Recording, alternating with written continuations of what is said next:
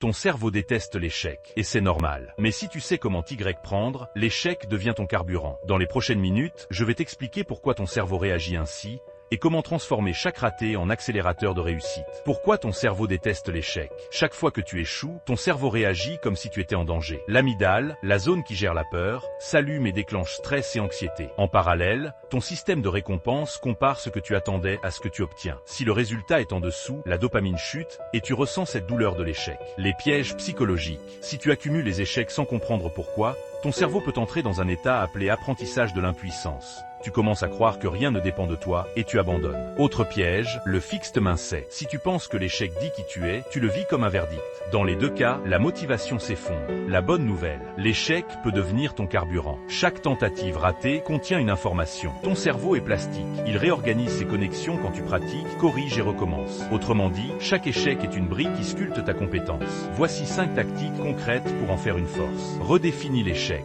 Ne le vois pas comme un verdict, mais comme un feedback. Demande-toi, qu'est-ce que j'ai appris et quelle est la prochaine étape? Cherche les micro-succès. Découpe ton objectif en étapes minuscules.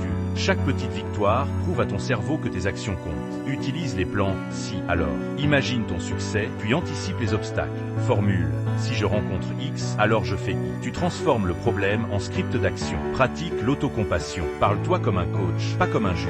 Après chaque échec, note 3 choses apprises et une action à tester. Échoue vite et à moindre coût. Crée de petits prototypes, teste rapidement, ajuste et recommence. Moins de honte, plus d'informations. Une mini-routine pour reprogrammer ton cerveau après un échec. Respire 30 secondes. Note une erreur, un apprentissage et une action, si, alors. Mets en place un micro-test dans les 48 heures. En répétant, tu entraînes ton cerveau à associer l'échec non plus à la peur, mais à l'apprentissage. Ton cerveau n'aime pas l'échec parce qu'il veut te protéger. Mais si tu l'entraînes, tu verras l'échec pour ce qu'il est vraiment. Une carte pour avancer plus vite. Transforme chaque raté en carburant et l'échec deviendra ton meilleur allié.